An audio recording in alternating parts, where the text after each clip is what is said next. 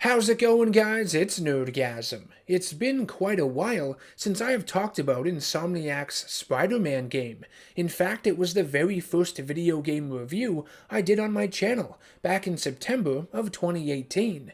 If you've seen that video, then you would know how much I enjoyed my time with it, how awesome it was for me to finally play a Spider-Man game that wasn't afraid to tell its own story, one that wasn't influenced too heavily by the comic books or the feature films, one that included several interesting and recognizable supervillains that the hero would have to do battle with, one after the other, like a big gauntlet match, akin to the formula of the Batman Arkham franchise. Yes, Spider-Man on PS4 was amazing, and arguably it's the greatest Spider-Man game that has ever been released.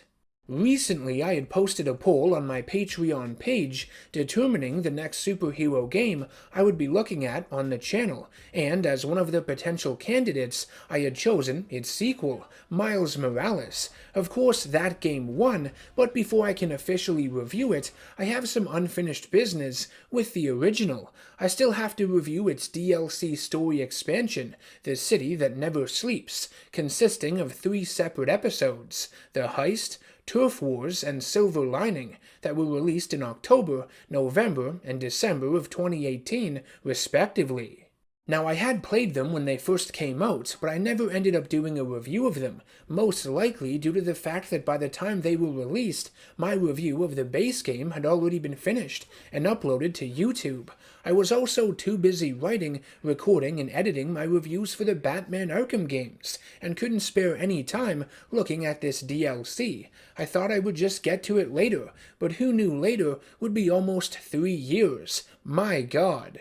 If anyone out there was waiting for this video, I want to apologize. If no one gave 2 shits if I made it or not, that's cool too. But I do want to analyze The City That Never Sleeps before I dive into Spider-Man Miles Morales. Like I said, I have unfinished business I would like to close the book on once and for all, and I mean this DLC also bridges the gap narratively between Marvel's Spider-Man and Spider-Man Miles Morales too, so I should probably look at it for that very reason alone.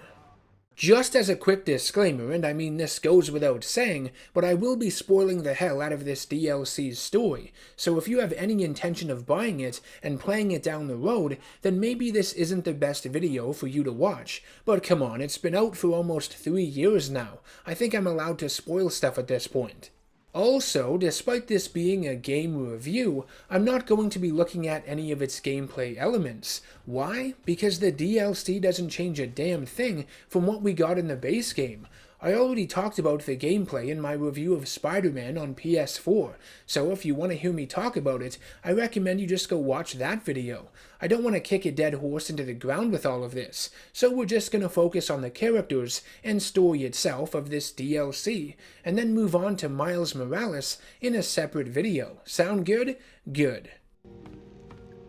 Ow. But yeah.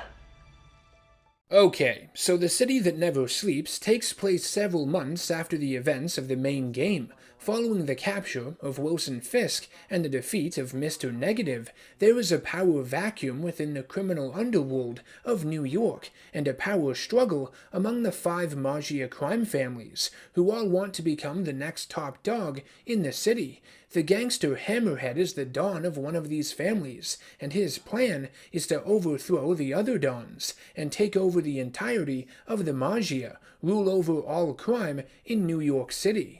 Hammerhead employs Felicia Hardy, Black Cat, to steal several USB drives from each of the other crime families that house information on the shared Magia bank account. However, Black Cat soon finds herself at odds with Hammerhead after she double-crosses him and steals the data drives for herself, wanting full access to the collective Magia fortune.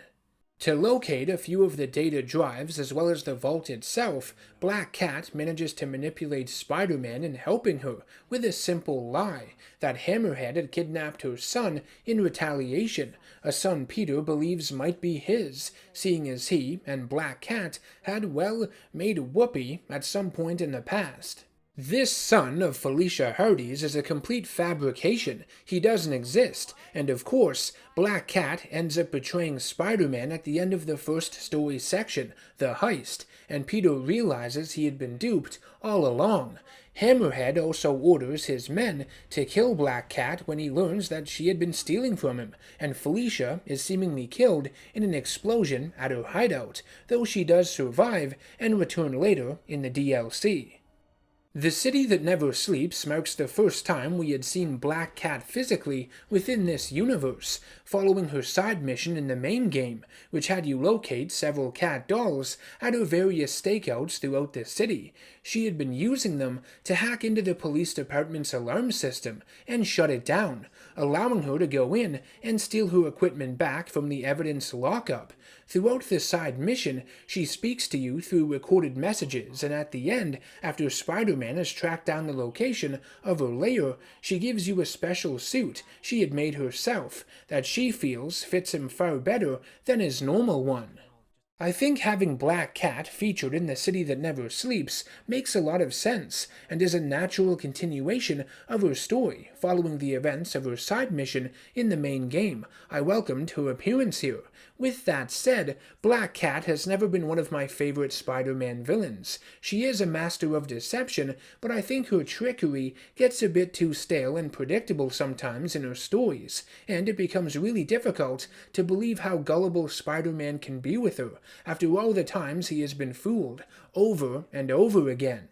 In this DLC specifically, it really pushes the limits of one's suspension of disbelief, and I don't think the writing is strong enough to make Black Cat's bluff believable. Spider-Man appears kind of dumb in this story, in my opinion, for just how blindly he goes along with the idea of Felicia Hardy having a son, and that it could somehow be his.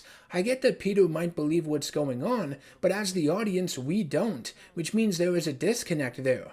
I feel a lot of us knew this was a lie from the very beginning. It was telegraphed, given the context of the story and how familiar we are with the Black Cat character. Seeing Spider-Man react to everything going on, or lack of reaction is more like it, was really frustrating to watch unfold. And again, it comes down to how predictable and unimpressive a lot of Black Cat stories can be. I hate to say it. That said, I do enjoy a lot of elements surrounding Felicia Hardy as a character too, and a lot of them are on display within this DLC. I like that she switches sides frequently. Her allegiance is always in question, and keeps you on your toes. I also love the fact that Spider-Man is constantly trying to steer her down the right path, and get her to use her abilities for the greater good. Her playful nature can also be a lot of fun, and her interactions with Spider-Man can be very suggestive to say the least. But I'd be lying if a lot of these elements aren't better done with characters such as Catwoman. She does everything Black Cat does, narratively speaking, and then some, because her relationship with Batman doesn't involve as much gullibility. It's far more believable when deception is at play, at least in my opinion. Anyways, enough of Black Cat. Let's continue on with more of this story. Once the other Magia Dons catch wind of Hammerhead's attempted takeover, an all-out gang war between the Magia crime families ensues. To get an edge in the fight, Hammerhead and his men begin stealing weapons and technology owned by Sable International. Police Captain Yuri Watanabe leads a small task force, along with Spider-Man, into the Harlem Sanitarium, where Hammerhead has been held up. While Spider-Man is busy fighting the Magia forces, Watanabe and her men are overwhelmed by Hammerhead, who begins killing them one by one, right in front of her. Even though Spider-Man manages to save Yuri, she is left emotionally devastated by what transpired, especially when the final member of her task force is inadvertently killed when she opens fire on a darkened room and a stray bullet hits him. She feels lost and defeated, having let down her team, as well as the city itself, for allowing such a cold-hearted criminal like Hammerhead escape. Seeking revenge, she goes to the bar with no name and brutalizes several Magia members. At the end of the second chapter of this DLC, Turf Wars, she ends up pulling the trigger when she has Hammerhead in point-blank range with a sable firearm, which kills him. Hammerhead is brought back to life by one of his goons on his way to the morgue, but the fact that she committed the ultimate sin essentially shows you how far Yuri has strayed from the path of righteousness. Leading into the third episode, Silver Lining, Yuri completely snaps, going right off the deep end. She provides audio evidence for Spider-Man at several crime scenes that link a Magia enforcer to a series of accidental deaths, which were actually mob hits in disguise. It culminates with Spider-Man finding the body of the enforcer, wrapped in caution tape with a burlap sack over his head. Yuri reveals that she believes the system she has been fighting for so long only works some of the time, and that she has decided to take justice into her own hands. She felt good killing this criminal, and believes she has made the world a better place by erasing him from it. Yuri's arc throughout the City That Never Sleeps is one of its strongest aspects. It might even be the strongest, depending on who you ask. I think her transformation from police captain to what is essentially going to be a serial killer is quite fascinating. I think she has the potential to become a major player in future games in this franchise, and the topics that can be discussed with her can go into a lot of dark and disturbing territories, things a lot of us probably don't want to think about, or try not to think about, because her mindset, despite being insane at this point, is based on some rationality, and that's the scary thing. I'm not all that familiar with the character of Yuri Watanabe in the comics, but I do know she becomes a vigilante known as Wraith, and begins intimidating criminals and everything, but I doubt the direction it took in the comics was as dark as this is being made out to be in the games. So, Insomniac could be doing anything with her at this point, and honestly, I wouldn't mind if they came up with a new character completely, kind of like with what Rocksteady did with Arkham Knight, but of course, much, much better. Okay, so the last main story element of this City That Never Sleeps DLC that I want to go into greater detail on is the main villain, Hammerhead. I think how he was depicted in this story has probably led to a lot of mixed receptions with fans. Like I had already mentioned, his ultimate goal is to eliminate the other Magia Dons, so he can take over all of the crime families and become the head honcho in New York. He also steals sable weapons and an experimental armor called Project Olympus, which gives him added protection and fighting capabilities when he battles Spider-Man at the end of the Turf Wars episode, when he attempted to execute all of the Magia Dons on live TV. Following his initial defeat, he would return later on in the DLC, having replaced most of his body with Sable Tech, turning himself into a giant cyborg. And this is what I think a lot of people take issue with, because this idea is kind of weird. It's out of left field, and not something you would necessarily expect coming from this type of character. I understand a lot of the confusion it may have caused, maybe even a bit of backlash, I don't know, but I didn't think it was done that terribly, and without question, it was a surprise. It subverted a lot of people's expectations when you got to this point in the story, and turning him into a cyborg didn't weaken the character in my opinion. It didn't tarnish everything they had been trying to build up with him throughout the previous 2 chapters. Hammerhead was still an intimidating villain. He was brought to life quite effectively with his design, and the violent actions he performs and everything. I didn't think he was half bad. Is he the best villain in this Spider-Man universe? Of course not, but he's far from the worst as well. Hammerhead wants the city to respect the Magia again, an old-school criminal empire that has become lost in the shuffle with all of these newer gangs and colorful supervillains. I think he's afraid of becoming obsolete, being forgotten about, having to accept the fact that his type of criminal is essentially yesterday's news. He wants the Magia to survive, to thrive in today's criminal landscape, and the Sable Tech allows him and his men to do so. He's become become stronger and more indestructible than he has ever been before, and I think the fact that Yuri managed to kill him, even with the alterations that have been made to his skull, kind of put him in his place a little bit. He lost some of his confidence and realized that it might not be enough, hence the reason he found the need to upgrade himself so drastically. Having Hammerhead trade his humanity for longevity is an interesting idea, and a very unique direction to take with a character like this, and I thought it worked with this idea of the Magia needing to fight for respect, having to establish their place and maintain it within this modern, technologically advanced criminal world. Would I have preferred to see a more typical interpretation of Hammerhead in this game? Sure, but then again, he might have become a little stale by the end of the story. It would have been a lot of the same stuff we have already seen with him time and time again, so maybe these changes were for the better.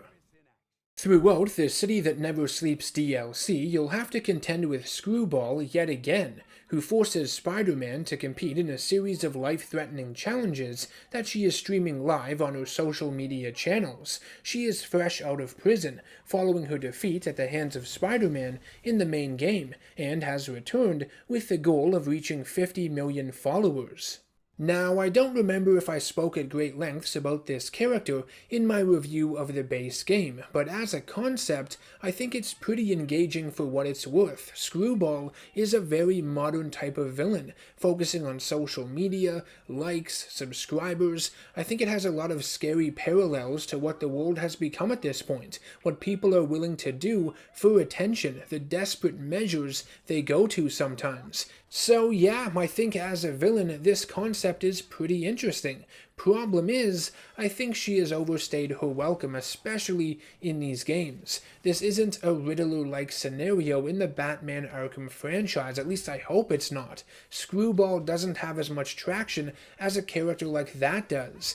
I feel her challenges are getting a bit too repetitive, and nothing really new is being done with her in this DLC. It's more the same stuff we got in the main game. The only upside to playing these Screwball challenges in this DLC is that they feature a new photobomb mechanic that allow you to earn points much faster than you did in the original game, which makes progression here a lot less painful in my opinion. At the end, you also get a decent chase with Screwball as well, which is how you capture her, not just having it transpire within a cutscene like in the main game. All in all, I was fairly impressed with The City That Never Sleeps as far as DLC goes. It's not perfect by any means, and I feel the story has its fair share of highs and lows, but I did enjoy my time with it, for the most part. I liked that the Magia got a chance to shine in the spotlight, because I don't think they have been featured very prominently in superhero games before, and it was awesome that we got to see some more classic Spider-Man villains, like Black Cat and Hammerhead, be depicted within this universe. I loved that it put more emphasis on some of Spider-Man's gadgets, more specifically the Spider-Bot, which I never really found useful during the main game, and never used. Here you get to sneak into the bar with no name, and listen in on conversations between Magia thugs. You even get to take pictures of their plans. This sequence provided a very fun perspective to everything. I enjoyed it quite a bit. There are more elements of this DLC I could talk about, like the return of Silver Sable, or the potential cameo of Black Panther posing as one of her guards, but I don't feel it's entirely necessary. I think I have brought up everything I really wanted to say about this story. The DLC does end with Mary Jane being sent to Symkaria, though, to investigate the country's ongoing civil war. Peter is left behind in New York and says that he will miss her, but these events are slightly altered come Spider-Man Miles Morales, as Peter ends up going with MJ as the Daily Bugle photographer, which is why he is gone for several weeks, allowing Miles to take the reins as New York Spider-Man in his absence, but we'll get to that in due time. I want to thank everyone for watching this video, and hopefully you enjoyed my review of the City That Never Sleeps DLC expansion for Marvel's Spider-Man. Let me know what you thought of it in the comment section down below. What did you think of its depiction of Black Cat? How about Hammerhead? I'd like to hear your thoughts. And as always, if you enjoyed the video, please subscribe to the channel and hit that bell icon to be notified of all the new content I release. Also, if you can, think about supporting the channel over on patreon.com. The more patrons I get, the more time I will be able to invest into this channel, and the more frequent I can upload new content like this. Thanks again for watching, and I will see you all in the next one. Take care.